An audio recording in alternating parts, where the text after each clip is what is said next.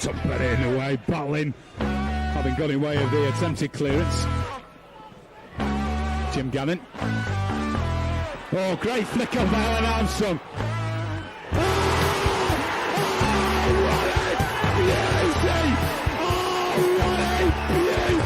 Against Bradford, but here's Warburton! Yes! Oh! London trying to manufacture the shot, gets it away, yeah! Not got it clear. Please, sir! It's a cracker!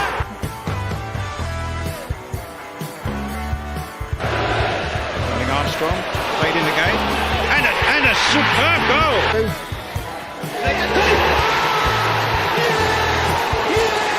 Tony did it! Stockport County are the champions of League Two.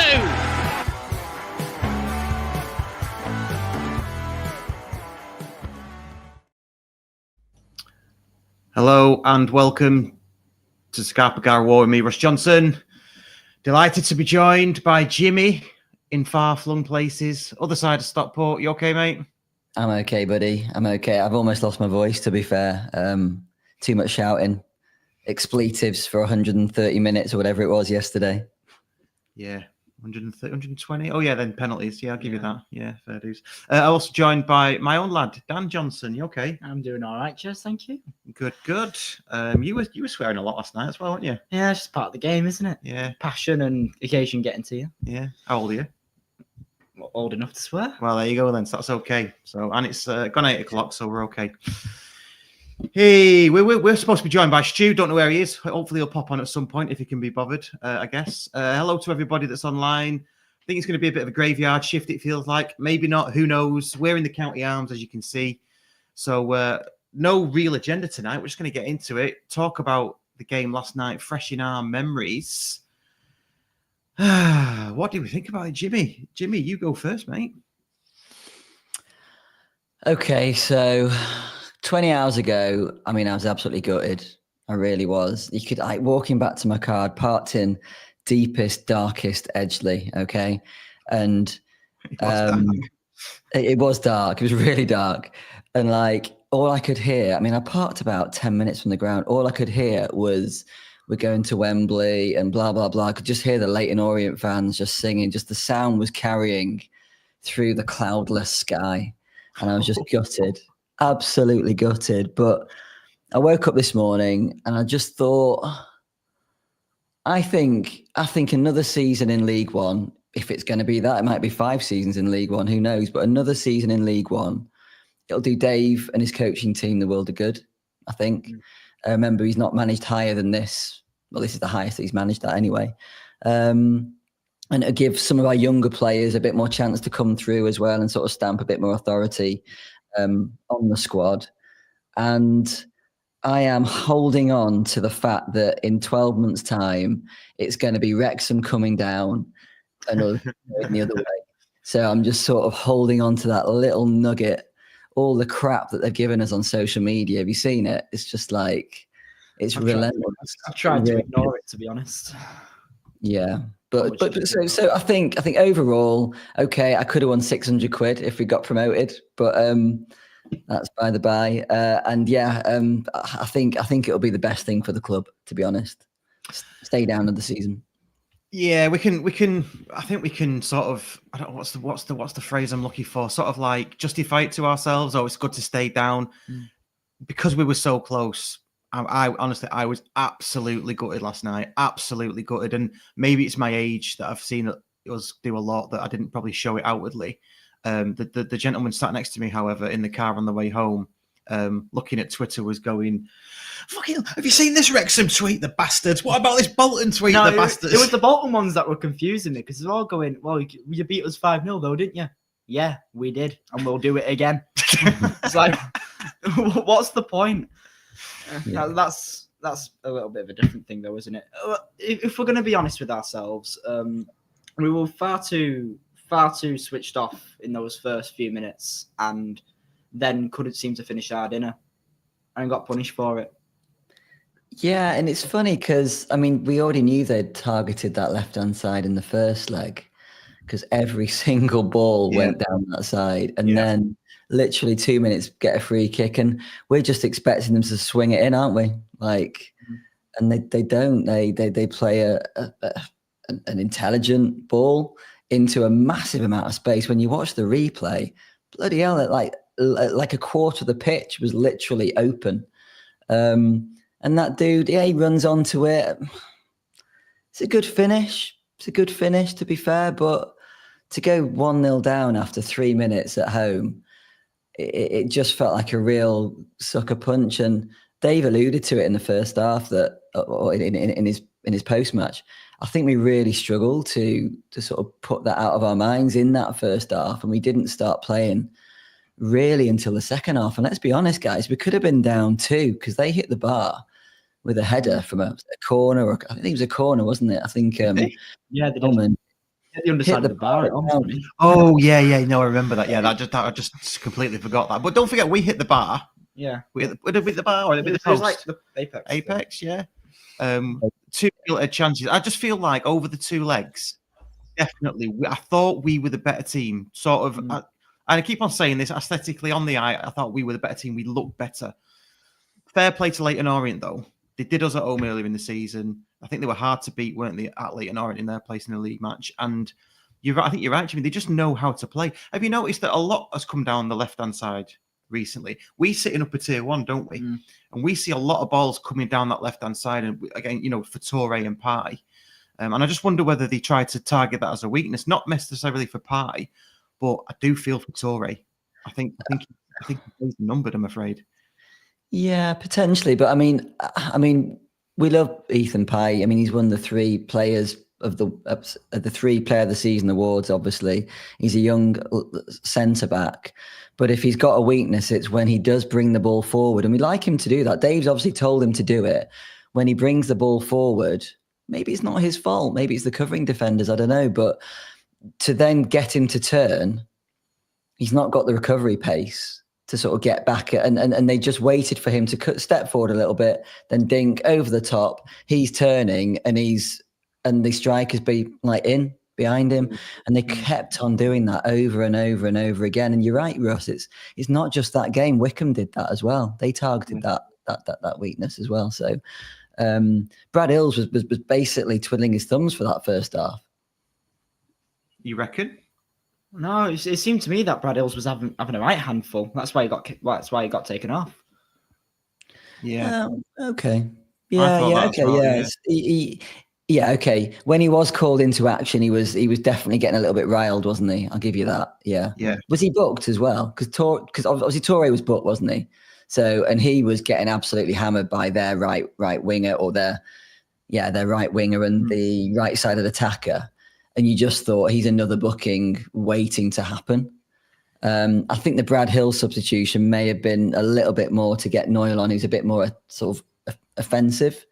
And we sort of went to that back 2, didn't we, with Norwood playing the quarterback again, which we've seen quite a few times. And that's what's worked a lot, actually. When we've been down in the first half, we've conjured up 2-3 goals pretty simply. So, yeah. I mean, no, Hills wasn't booked in the first half. I think he was losing his head though. We said in the first half, didn't we? Well, I think Hills is going to go off. So he needs to make changes. Hills needs to go off, and Toure needed to go off. I'm surprised Toure stayed on as long as he did. He got booked on 26, and then I just thought he's going to get the curly finger. I thought it was going to be before half time, to be honest. Yeah, what I don't want to do is go through the match minute by minute or anything like that. I mean, we're all still hurting. Someone's put in the comments that it's too raw to talk about it, even just the day after. Flash some comments up then. Darren Bowden, I just wanted to pick up on this one. Give over, Darren, we love you, mate. Obviously, our resident Referee. Give over with the Wrexham stuff. We flew 2 planes over and gave them crap when they lost in the playoffs, and they're going to give it us back. Absolutely, you're correct. But I think what you've got to do, Daz, is give the youngsters, let them have their rivalry, because lads like Dan, he's just waved for the audio listeners, and you go on any social media, and if they're asked who their rival is, it's Wrexham. So I think just like it was probably Port Vale, Stoke, Burnley for us, insert team when you were growing up and there was a bit of a rivalry. So just let them have it. I don't really care about Wrexham. Good luck to them, to be fair. So yeah, just wanted to say that. What did we make of the The Tifo. That was good, wasn't it? Yeah, I thought it was mint. I mean, very simple because it was just put the white flag on the white seat and put the blue flag on the blue seat. But no, yeah, I thought it was mint, especially when we actually got to see it back. Like last time, I had to wait until after the match to see it back. I thought. Yeah, it felt like that, didn't it? Yeah, but was it in the days before we had smartphones? No. It wasn't on the screen in front of us, was it? No. So yeah, just to see it like in real time, would you say? It was just thought it looked smart. Yeah. Was the last time Halifax? I think so. Yeah. Yeah. We had Halifax 83. game. Yeah. No, it was good. I think we need some etiquette on how high you should be holding your little blue things. Well, I mean, I'm not tall. They were holding it right up here, and I was like trying to look at the players coming out and all that. So I couldn't see anything. Thinking, surely you get the same thing if you just hold it in front of your chest, because surely I don't know. Maybe you don't. Then you get a load of like heads, peach circles dotted in between it. I've always thought that though. When when you see massive tifos on the telly on the European nights, there's these huge flags going over, and it looks dead good. I'm thinking, I won't be able to see the pitch. What do you say? I mean, it's happened occasionally at County. We've had the odd. It feels like we've had the odd flag before that's been unfurled. I don't know if you've ever been under one. No, I don't think I have. I'm sure. So I've only ever been to County matches and the odd England match and a couple of Oldham, so I can't imagine it's got to be County. Anyway, yeah, you're underneath and you just can't see a bloody thing. But fair play, well done to, I think it's Dan Love, who's our cousin's son, and I'm going to say Luke Maguire. Apologies if I've got that wrong. I think it's Maguire, the surname. So well done for arranging that. Well done to all the volunteers. That was absolutely mega. Jimmy, you were probably sat in your seat before everybody else. What was the DJ like? Any good? Are you up for all that? No, I didn't hear the DJ really at all. I heard some. I mean, the speakers in the Cheadle end are out like the 1970s, aren't they? Like, I mean, if you look up at them, they're like proper tannoy type speakers. They're not designed for music. I couldn't hear a thing at all. And so I was expecting like a massive sort of set of Tanto's on Fire and like the Fraser Horsfall song and just loads of stuff that. I mean, I alluded to it on the Courtyard Club call. It was great banging out "Hey Jude" at Wickham. That was meant for the away fans, but I couldn't hear a thing at all. Pretty disappointed, I think, with that in the end. To be fair, if you're on the chat, get your comments in about what you thought about the DJ, because that was announced before the match, wasn't it, that there was going to be a DJ playing tracks. Well, it said he was going to be playing between 6 and 8, didn't it? Yeah, that's what I saw. Yeah. So, I don't know who he was playing to between 6 and 7:30. Probably like a man and his dog, like outside on bloody Hardcastle Road. So,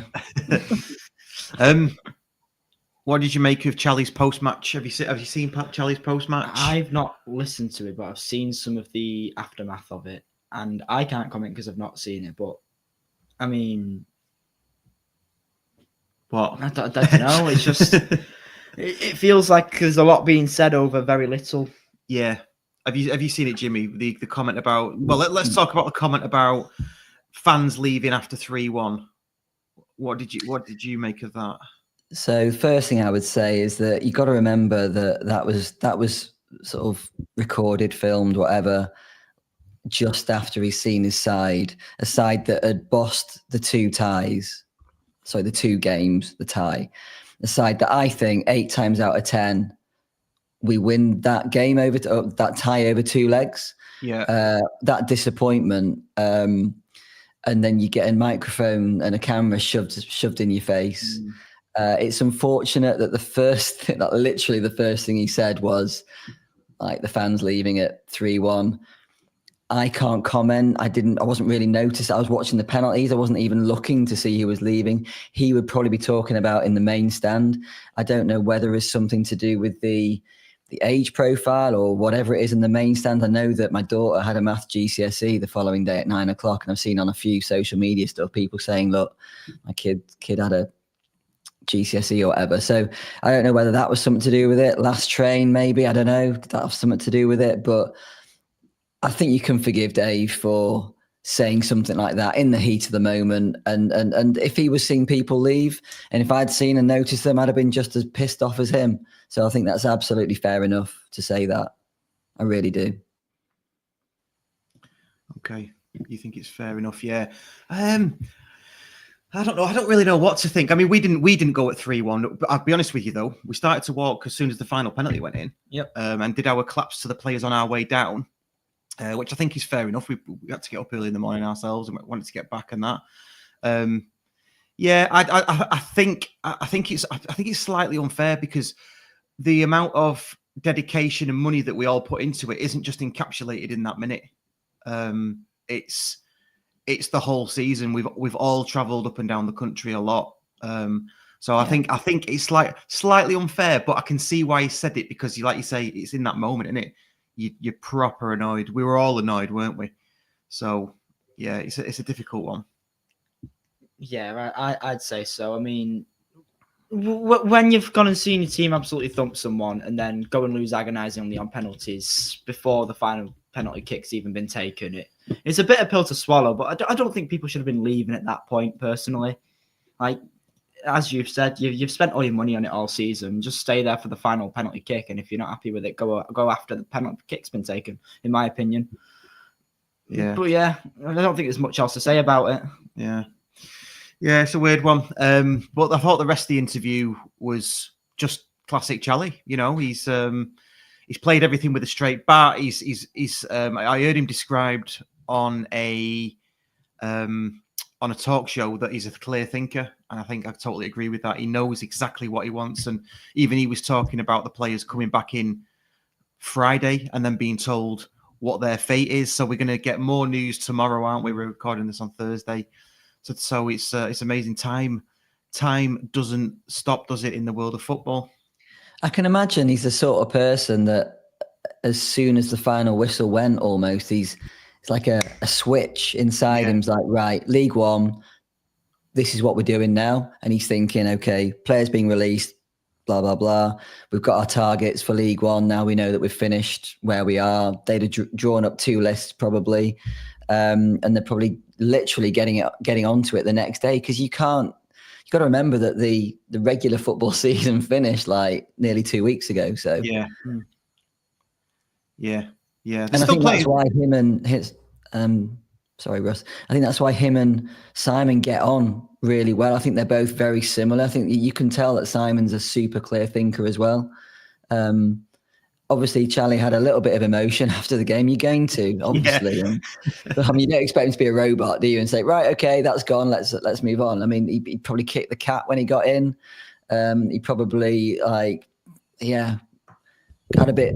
I don't know what you do when you get in from losing something like that when you're the manager. But yeah, he'd have been pissed off. But you got to move on.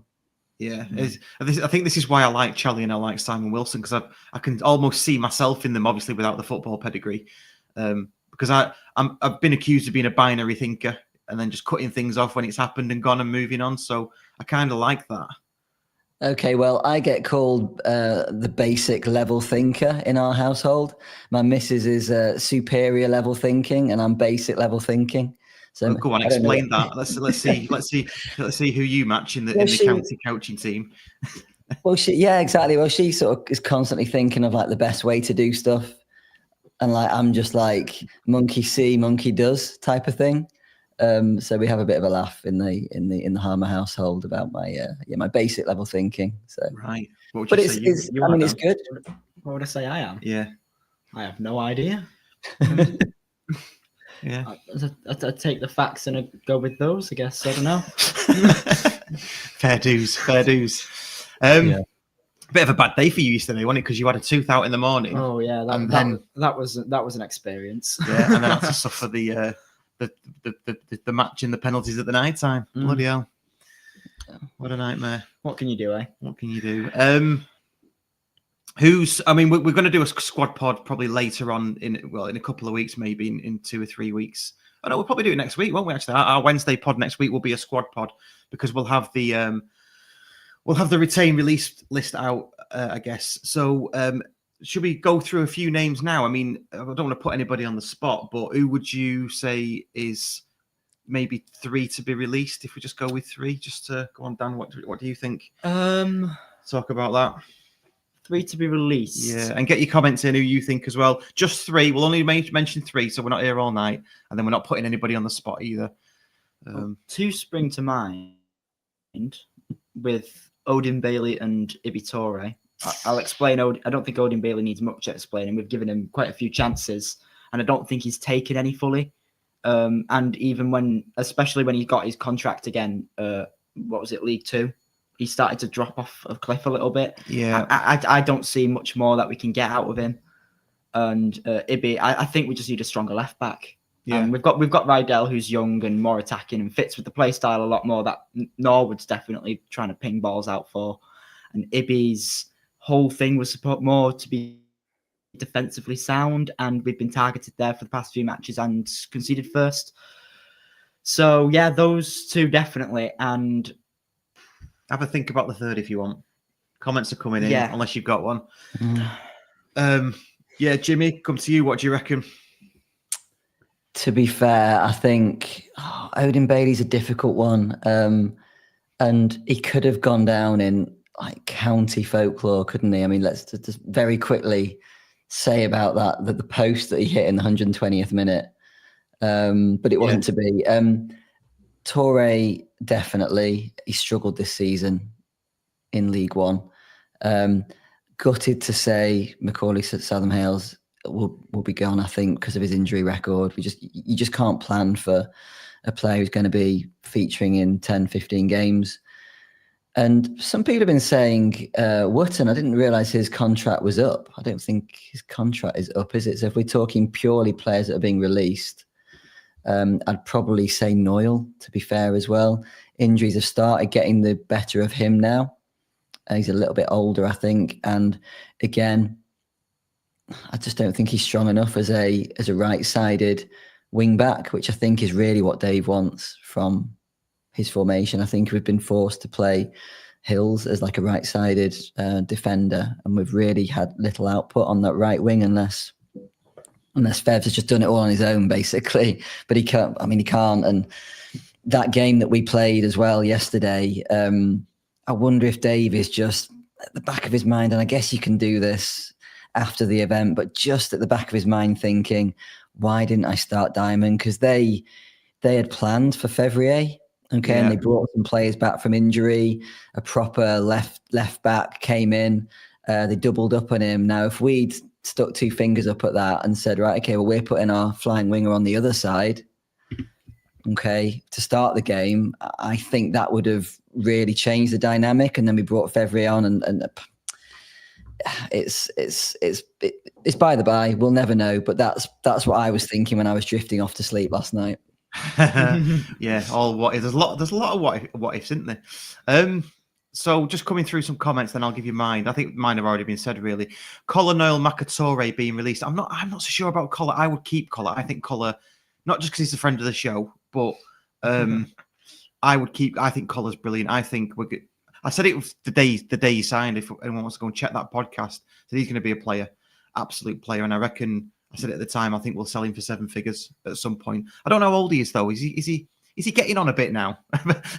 I think. I don't know. In football terms, yeah, he's clearly not. 27, 28, something like that. Maybe we won't sell him on for a good fee, but I would definitely keep him, that box-to-box midfielder.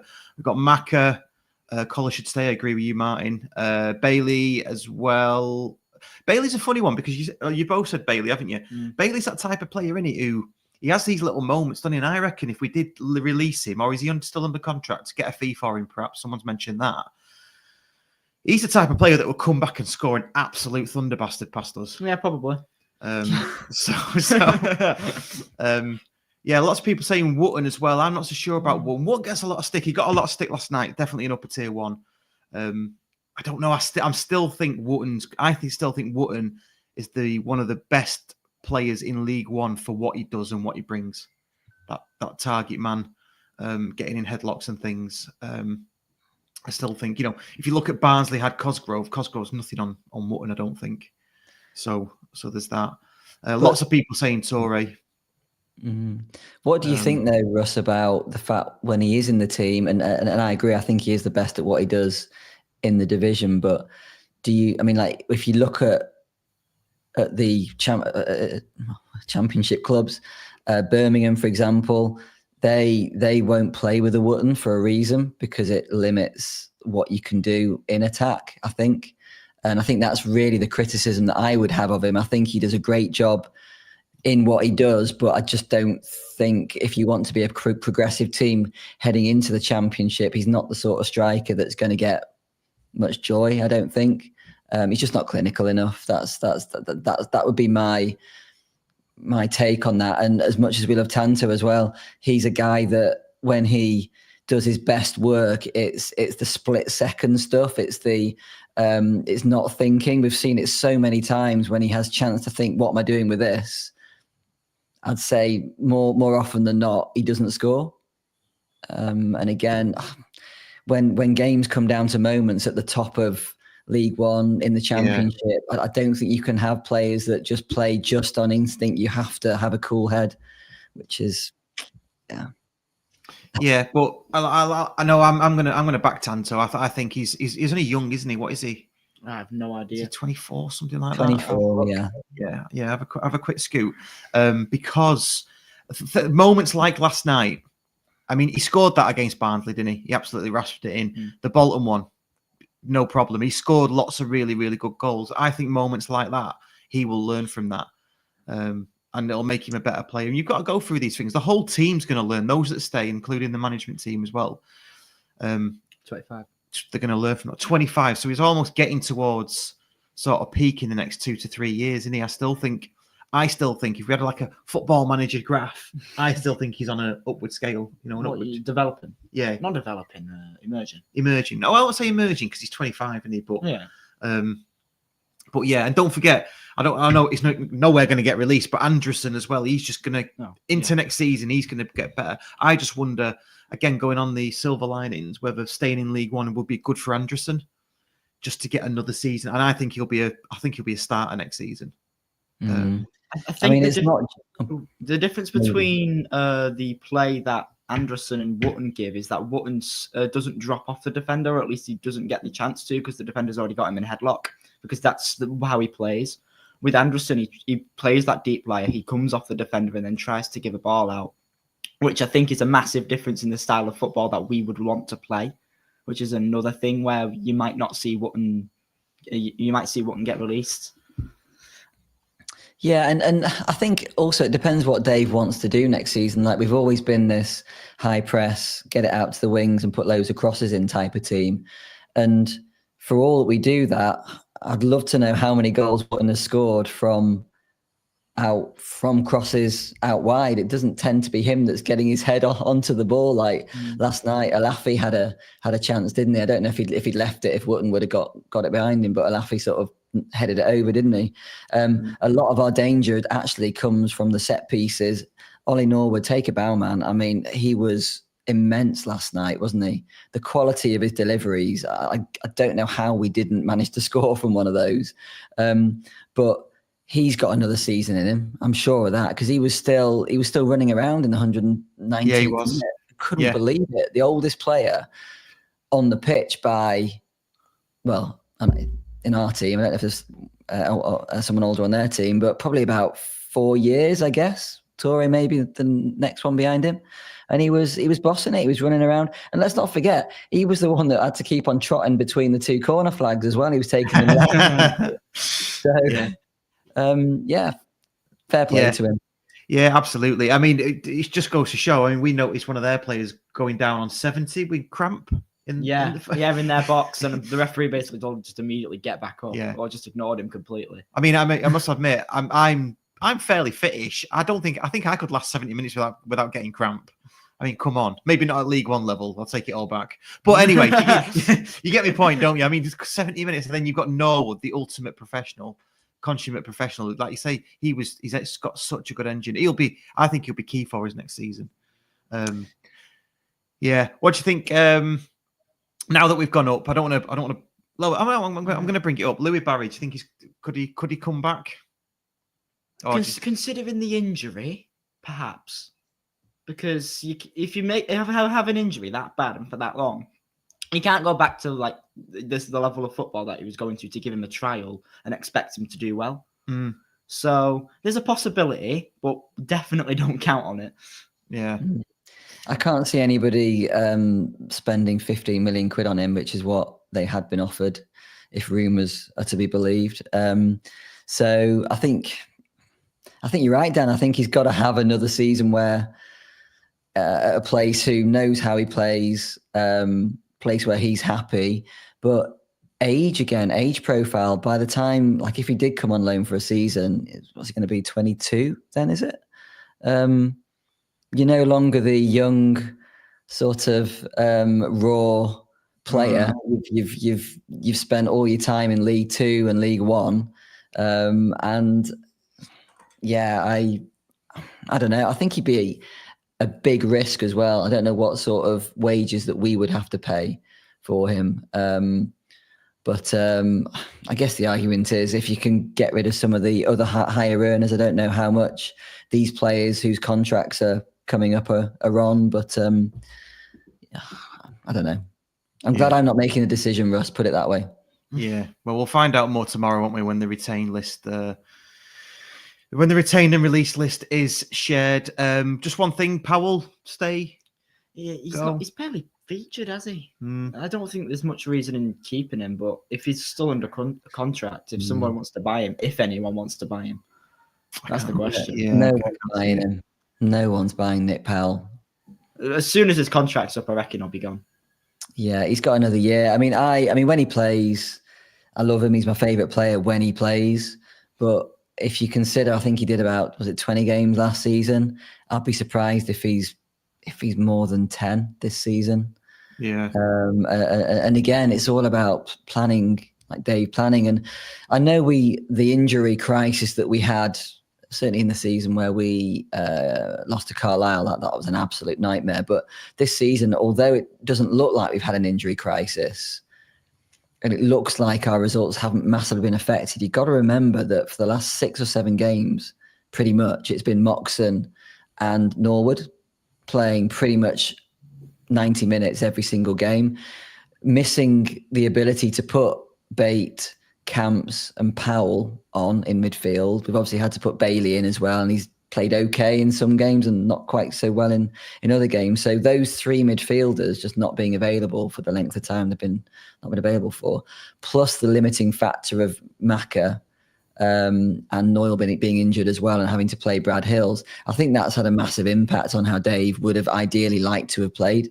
And we have been papering over the cracks, I think, by getting ourselves out of jail with just some amazing forward play, with like Fevs coming into it, Diamond before his suspension, and Tanto as well. So yeah, I mean, it's fascinating. I actually, this is the bit of the season that I love. And when I used to play Championship Manager, this was the bit that I used to love. It wasn't about the games for me. It was about getting the players in and just seeing how the players sort of do and whether they can be successful or not, and whether I can sort of cheat the system by getting like a really cheap player and doing well. And that's what we've done it with Benno at the end of the day. I mean, we must be rubbing our hands together. I think all this talk about Ethan Pye moving on, okay, if he does, he goes with our best wishes, I'm sure. But Benno as a striker and the way that the profile that he's got, I called it like against Wickham, he's a young Alan Shearer. I am convinced of that.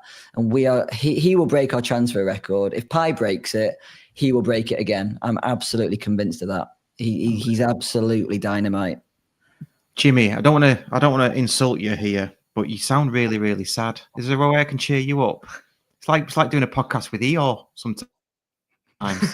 Come on, man. Things to look forward to. I just said that we got Benno. He's going to be worth like millions. I know, but it wasn't the words coming out weren't matching your face. Come on, man. Oh, really? Okay. Yeah. Well, my face is my face, isn't it? I am. In fairness, I am sad because I'm going to have to throw away a perfectly good hat because it's no longer magic. No longer lucky. Oh, boo. My magic bobble hat is going to go in the bin, I think, at the end of the season. I'll have to buy a new one because it just stopped working. So there we go. Yeah, in spectacular fashion, it stopped working. Had a good run though, didn't it? Got us to the playoff semi-finals. Yeah. At least it went out with a bang. Yeah. Yeah. Well, yeah. Yeah. yeah, I mean, look, we've this is our 10th season in improving our league position. If we're going to do that again, we need to finish first or second next season. Finish third, first season back. What was your expectation before we started the season? I know I said on many podcasts and many interviews that I had, I don't mean like I'm not being asked to do loads of stuff. It's probably one or two, to be fair. I said 12th or above at the start of the season. What was you thinking? I was always just outside the playoffs sort of thing. I would have been very happy if we would just, had you would say an easy season, but it wouldn't be because you get the chance of getting in the playoffs. But no, just outside the playoffs would have been more than good enough for me. Yeah. Jimbo, what about you? Was you like Andy and Waggy? Oh, we're gonna get automatic. Listen, I put some money on as like getting promotion. Remember, so I put 100 quid on. So, and I was thinking that's going to pay for my season tickets like next season. So, I thought we had a good chance of getting promotion, but I thought it would be sneaking in right at the end. I thought it would be 7th or 8th, and we put a bit of a run together, and then we'd finish 6th and do what basically Leyton Orient have done, the buggers. Yeah, they've hit form just at the right time, haven't they? I mean, fair play to them. And do you know what? I can't not like Richie Willens either. Is it? It's Willens, isn't it? Not Richie Villains. It's Richie Willens. I can say who's. I don't know. The Leyton Orient manager. Oh, right. He's from Manchester, isn't he? He is from Manchester. It's Richie Wellens, I thought. Wellens, that's it. Sorry, I keep on thinking he's Dutch for some reason. No, he's definitely not Dutch. He's from Manchester. For the audio listeners, we're joined by our County Ladies correspondent or County Ladies champion, Stu. Hope you're all right, mate. How you doing, lads? Sorry I'm late. No problem. I don't know if you've missed everything we've said. We've covered quite a lot. Just a quick question: what was your pre-match? What was your pre-season prediction for County? What do you think 10th. We're going to get? 10th. Yeah. So just like down then. Yeah. Third. It's I think Charlie and Cy Wilson were playing it down a bit when they said we got 10th best budget and all that. I think they were managing expectations. I think they expected playoffs myself. Yeah, I think they were. And again, I mean, this is probably the last time I'll say this, but we did speak to Stott earlier on the season. He was saying, wasn't he, why can't we get a second? Yeah. Obviously, fallen slightly short of that. What about finances then? How does that impact our finances? Because there was talk of us maybe going into the championship and being more. What's the word I'm looking for? I always forget words. No, sustainable. More appealing to outside investors. I guess is that on hold now for another season, or would they still come in if now we're back in League One for another season? If getting to the Championship was the main thing that was going to make us more appealing, then I presume until we get into the Championship, we won't be as appealing. No, but if someone's already interested, and they're going, well, we'll only do it when you get into the Championship, and we've just missed out slightly, would they then go, well, okay, you've just missed out, we'll take a chance? It depends on how savvy the businessman is. Do you not think? I mean, it's all up to the businessman at the end of the day. But if you've just missed out, then really, in my eyes, there's not much of a difference. Yeah, not much of a difference. If you invest now, then it will probably propel them to get to the promotion that they need to get into the Championship for the next season, and then you're going to get a bit of money back, aren't you? So yeah.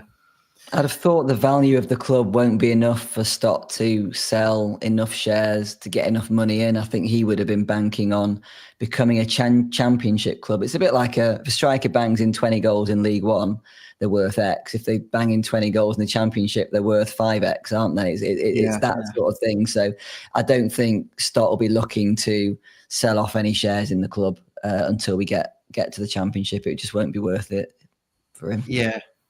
I think it might made us a bit more appealing to any potential investing, knowing that we're serious about it. Or Stott and Co. are serious about it because, as we all know, it was close, wasn't it? Finishing third, only 5 points behind Wrexham, whatever it was. Should have really won last night and got to Wembley. So yeah, I think it makes us more appealing myself. Yeah. No, I agree, and other little things do as well, like for exposure. I know, sort of being a running theme in a certain documentary will help. I'm sure it will. That's good exposure. And other things like I know they're hard to take at the time, but the PMGOL letters of apology, these high profile, I say high profile, tier 3 absolute whopper of decisions, especially the offside one. I mean, that was all over everywhere, wasn't it? And even I go into work now and people are going, bloody hell, you were unlucky. I got a message off my managing director in Ireland, in Dublin, saying, bloody hell, you were unlucky, weren't you? Because of the offside. So it is going far and wide, and it can only help, can't it? Yeah, definitely. Sorry, Jimmy, go on. No, you go, Stu. I was just going to say, I'd like to know what's been said to Ben Speedy about that. He must have had a severe slap on the wrist for that, surely. Yeah. It's difficult though, isn't it? Because as fans, we want to sort of vent our frustration at the referee. But last night, obviously, I was chanting it as well. But like, I think the chant was something like, Challoner's right, the refs are shite or something. And I always think from like the psyche of a referee, if you're singing that at him, is he then going to be thinking, fuck them, I'm not going to give them a 50-50 decision because they're taking the piss out of me? Or is it more pressure on him to then give us something? I think if it was me, I'd probably be like, fuck him, I'm not doing that. I mean, look at the Fraser Horsefall, that grab round the neck, he probably wasn't at the right angle to see it. But if you watch that back on the highlights, if VAR is in play in that game, that is a penalty all day long. Omar Beckles has literally throttled him, and brought him down, stopped him running, but you can see the ball coming in, and it literally just sort of arcs into where Horsefall's head would have been if he hadn't been grabbed. It's an absolute penalty. It does feel like this season. I mean, I've been doing this podcast 10 years now, and I'm pretty sure this is the only season where I can remember we've complained about the refs throughout the season. Now, I don't want to get ref bashing because Daz Bowden, our resident ref, says not we make his job. I think he's saying the referees, the way they get things wrong makes his job harder in grassroots. It does feel like we've been complaining about him a lot this season, though, doesn't it? And it's kind of getting tiring, really. Yeah, you don't want to complain about them every week, but when they give you a reason to complain about them every week, it's inevitable. Yeah, I don't want to go down the avenue of the refs have cost us promotion, because there's a lot of things happen, don't there? A lot of variables between refs making decisions and things, but it's just so fucking annoying, isn't it? Yeah, it is. I mean, what is it? Let's have a quick. Apologies if you've already done it. It's a quick count up of what they've cost us. So what? 3 points at Northampton with that ridiculous free kick. Possibly a point at Wrexham. There's 4 points. A point at Wrexham. That should have ended 0-0.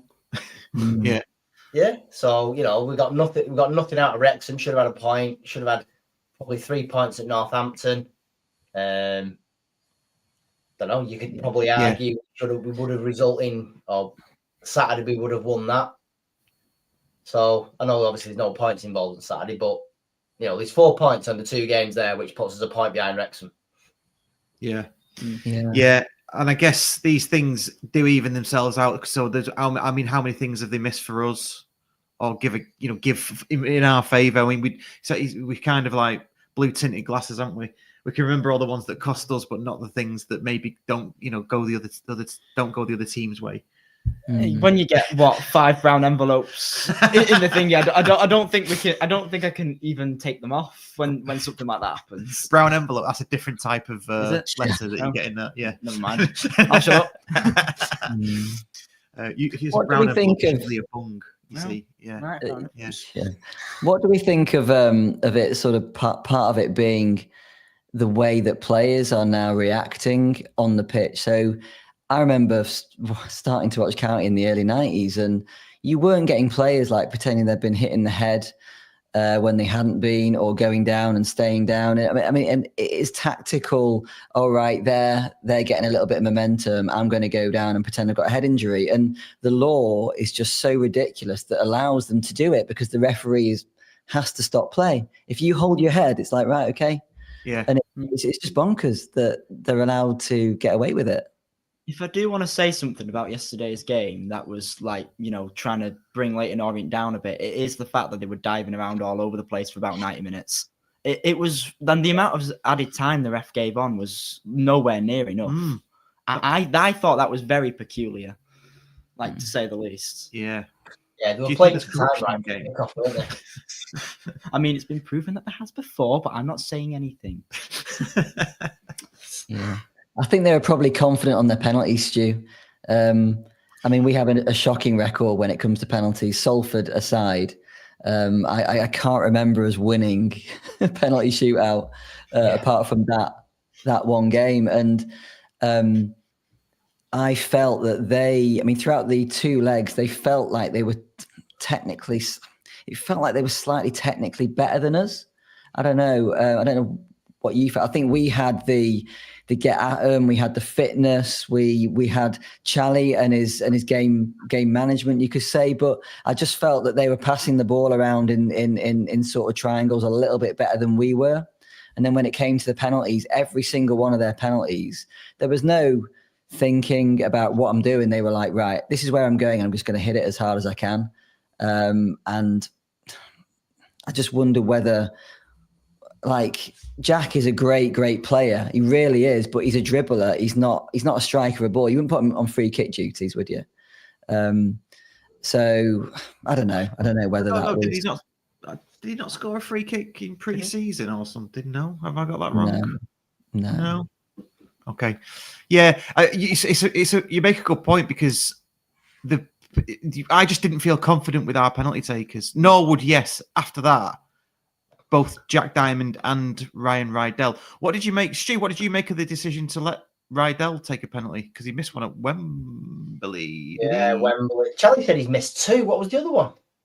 He said in his interview he's missed two. What was the other one? Did he miss one against Leicester City as well? He might have done. Could have done. Yeah. Don't know. Because we lost that 4-1. I remember that. I think fair play to Ryan Rydell for putting his hand up, saying I'll do it. Yeah. You don't know what the conversations were. You might have had players going, no, I don't fancy a gaffer. Fair enough. All right, you don't. But you've got a lad there who's up for it. And like Charlie said in his post-match, it was actually a good penalty. It's right. It literally is right in the corner. Not often you're going to hit the inside of the post and not go in. Yeah, I don't know. I'm not sure a good penalty doesn't go in. Yeah, good point. I've got that right. A good penalty doesn't go. Yeah. It can't be a good penalty doesn't go in. Yeah. It's like when the commentators say he struck it too well, but it went high, wide, and handsome. Well, it couldn't have been that good. It was low. It was very in the corner. Yeah, I get it. But no, I think you're right. Fair play to having the balls to say I'll do it again. I'll take another one. Penalty shootout. We won one when Ben Hinchliffe scored a penalty, didn't we? Was the FA Cup behind closed doors? I think. Might be wrong. Some sort of game behind closed doors. Yeah, it was that. It was the FA Cup game when there was no one in the stadium. Just not long after COVID.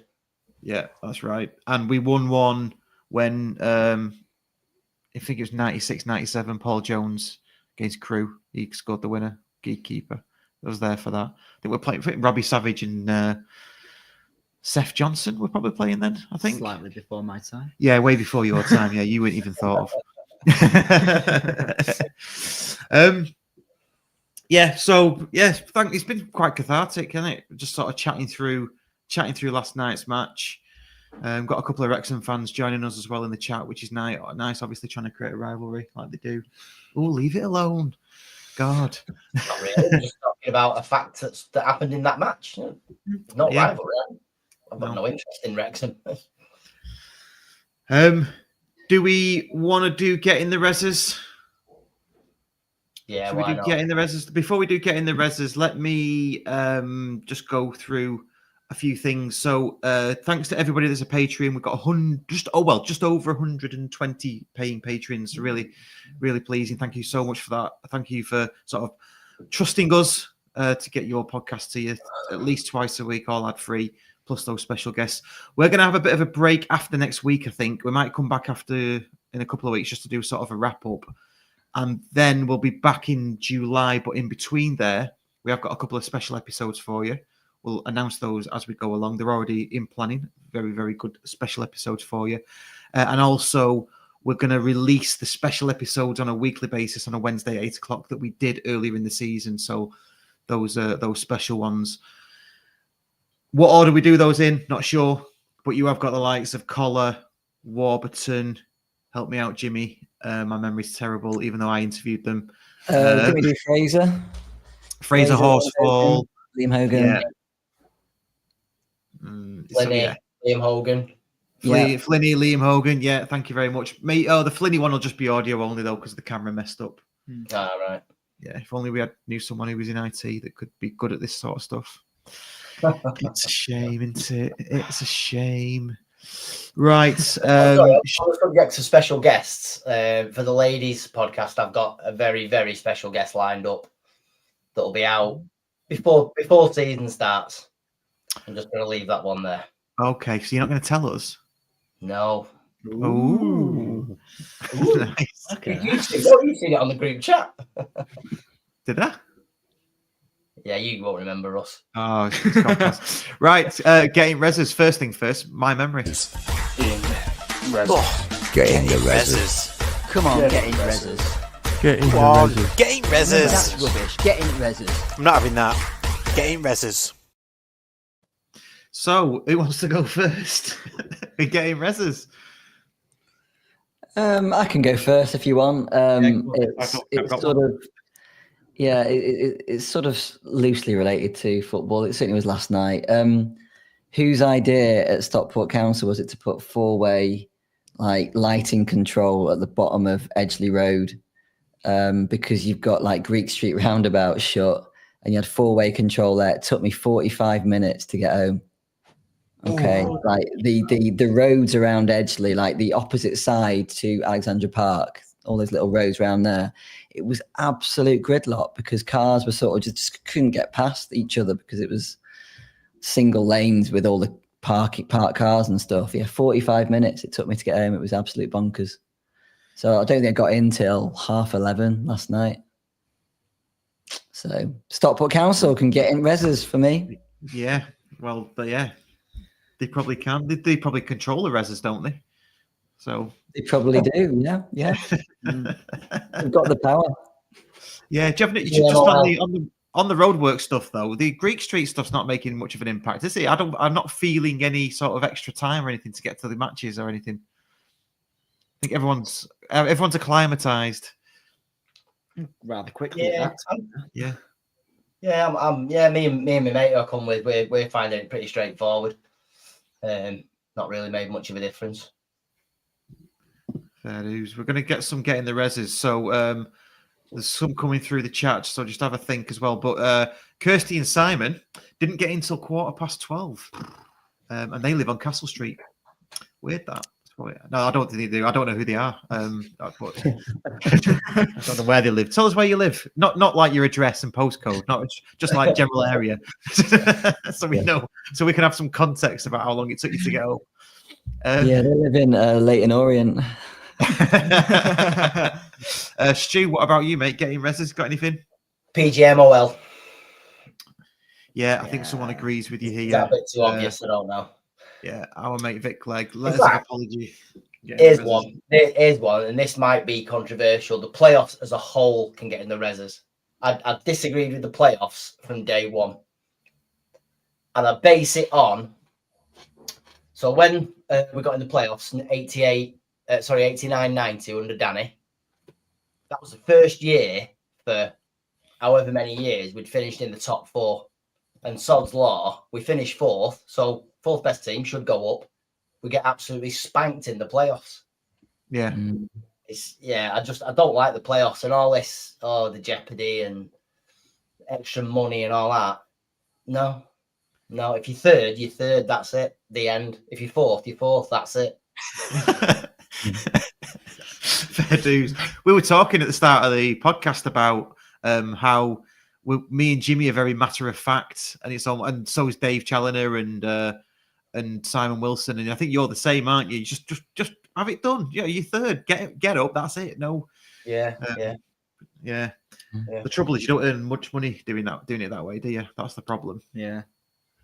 What do you think about scrapping penalties? Because my brother made a good point. He was like, if you can't split two teams, so like over two legs of a semi-final, what about if the third place team, if it finishes in a draw, they win the tie? Because we finished like 14 points, was it? I don't even know now. 14 points ahead of Leyton Orient, and all we get is like the home leg second. And if you look at the playoffs this year, I think one team out of all the games or one game, I think, out of all the games that have been played has only resulted in a home win. I think all the others were either draw or away wins. So it's not really the panacea, the advantage that maybe people think it is, especially the way teams sort of set up these days to play on the break and stuff. So that is an option. Third place team finishes, the tie finishes a draw, they go through. Then it's up to the team who finished sixth to try and get a proper winner. Yeah, I can see that. Yeah. What about a playoff with the team above? So third place in League One plays third bottom in the Championship. I mean, if we're gonna go like if that was the full how playoffs work, then you'd never see another team. You'd only ever see two teams go up into the Premier League, and the Premier League is already an absolute cesspool for it anyway. So yeah, that's true. Yeah, the way they do it in Scotland is that's the way they do it in Scotland, kind of. And I don't fully agree with the way they do it in Scotland. It's much more flat though in Scotland, and the top end is, apart from Celtic and Rangers, the top end is reachable, isn't it? Third and below. I think that's probably why they do that. Yeah. So I mean, there's one good point here. Play last goal wins. Play last goal wins. Yeah. Last goal win. Yeah. Is it not next goal wins? Next goal wins. Yeah. Yeah. That's a great shout though. That Paul Morris. That's a brilliant shout. That. Yeah, that was brilliant. What about the concept of taking players off every 5 minutes? So like each team gets like 2 players taken off as you go into extra time. So you go 11 and 9 and 7. and then first goal wins. Yeah, it's a bit like Bomberman, that, isn't it? Sort of yeah. Reduce the playing area. Yeah. Because the problem I have with the penalties is there's always a villain, and you. It's so awful for the person that does end up missing. Obviously, we had 2 players missing. You had Tanto missing that chance at the end of the 90, and then Odin. So you can probably say, well, 4 people had the chance to sort of do something different. So it wasn't the end of the world, I guess. But if you just got that one person and it's all on their shoulders, that is so hard. It really is. Yeah. The end of a long, hard season and one person misses one penalty. Well, that's the jeopardy of it, isn't it? And I think ultimately that's why we love it. You know, and I can see what you're saying. Yeah, I quite like it, me. I quite like it. I think it's all right. I don't like the fact that you can finish third and not go up and the team in sixth do, but that's just, I don't know. That's just the nature of the playoffs, really, isn't it? Yeah. It's got to have some flaws, but ultimately, I do think it's a really good way to settle it. Yeah. Sorry, Stu. I mean, it can get in the reses by all means, but yeah. Classic John, I think. Says, yeah, there you go. I'm only changing the rules because we lost. Yeah, Classic John, who's a bit of a realist, and he sort of, he brings the mood down a bit, does John? I'll be honest with you. Seeing his tweets. But yeah, let's change the rules because we lost. We're not doing that. We're just having a bit of fun, mate. Don't worry about it. Kirsty and Simon, actually, if you want to know where they live, everybody, it's Wythenshawe. So there you go. Oh, yeah. No wonder. There you go. So yes. Getting the residents. Any more getting the residents? Quite a few that I need to read out. Anybody? I've not said mine yet, and mine's one of those more preemptive ones. But the pyros, when the players were coming out, I don't want to see those ever again. Yeah, I totally agree, Dan. Leave them at home. Absolutely not. I couldn't see the pyros. Someone was holding a thing in front of my head. For the Tifo. Rob Landers made a good point there. Anyone see Corey shithousery during the penalties when he launched the keeper's bottle into the Cheadle end? Yeah. Did this? I mean, this. I'm not sure I like stuff like that because I think it backfired on him, didn't it? Really. You're gonna. So I'm assuming that the keeper's bottle had the instructions of our players. Yeah. Yeah. He only did it after the second one because he probably realised that it was writing on it, and then saw the keeper was getting in our player's face, so grabbed his bottle and chucked it. Yeah. And did you notice that Corey Dye handed a piece of whatever laminated A4 to his mate in the bottom of the Cheadle end, presumably with his instructions for the penalties? I don't know if anyone noticed that. No. And then he came towards it and picked it up off his mate, and then went into the goal. Yeah, I'm not sure about that Corey thing because it backfired on him. We've all played football, I'm assuming, and we've done things that we're not proud of in terms of shithousery. And then when it backfires, it's just like, oh Jesus, so annoying. No, Anyone? I'm with Corey on that one. I at the start of the season, I wasn't his biggest fan, like a few people, but yeah, for me, he's grown into the shirt, and doing that last night, I was like, yeah, good lad. Yeah, fair dues. I do question the point of having the bottle thing at our level.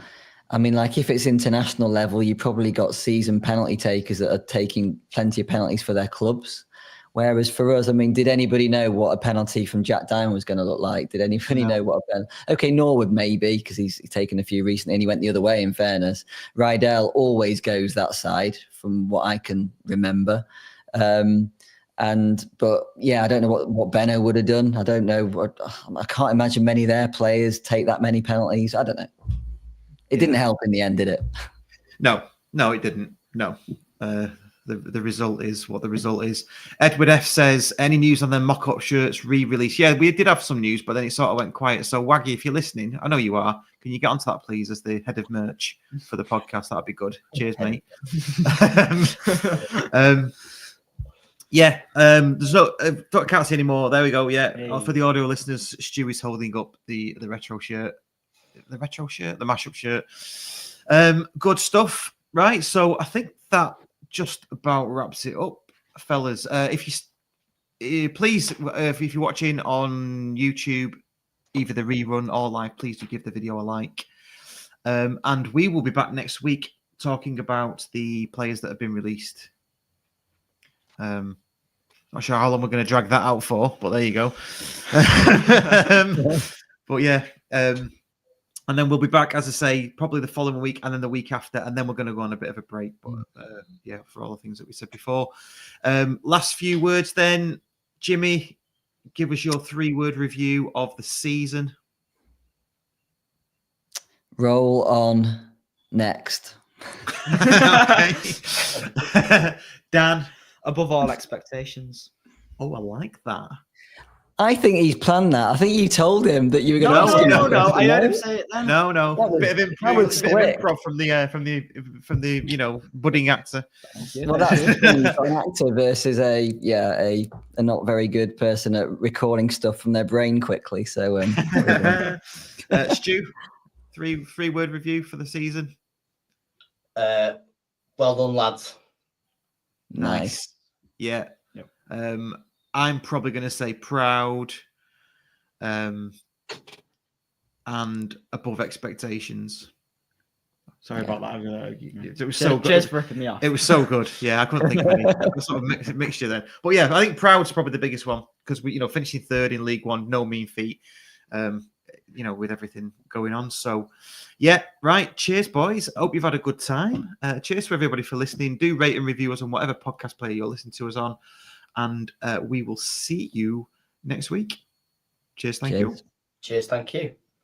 And that's a wrap for this episode of the Scarf Bagara War. We hope you enjoyed the podcast. Remember, you can catch us every week on your favourite podcast platform, whether it's Spotify, Apple Podcasts or Google Podcasts. And a huge thank you to all of our Patreon members. Your contributions help keep the show running to bring the content you love. If you'd like to support the podcast and get access to exclusive special guest episodes, ad-free podcasts and a monthly giveaway, head over to patreon.com/the Scarf Bagara War. And don't forget to follow us on social media for updates, behind the scenes content and more. You can find us on X, Facebook and Instagram, all at County Podcast. Lastly, if you enjoyed the show, please leave us a review and share it with your fellow County fans. Your feedback helps us improve and reach more listeners. Thanks for tuning in, and we'll see you next time on the Scarf Bagara War. Come on, County!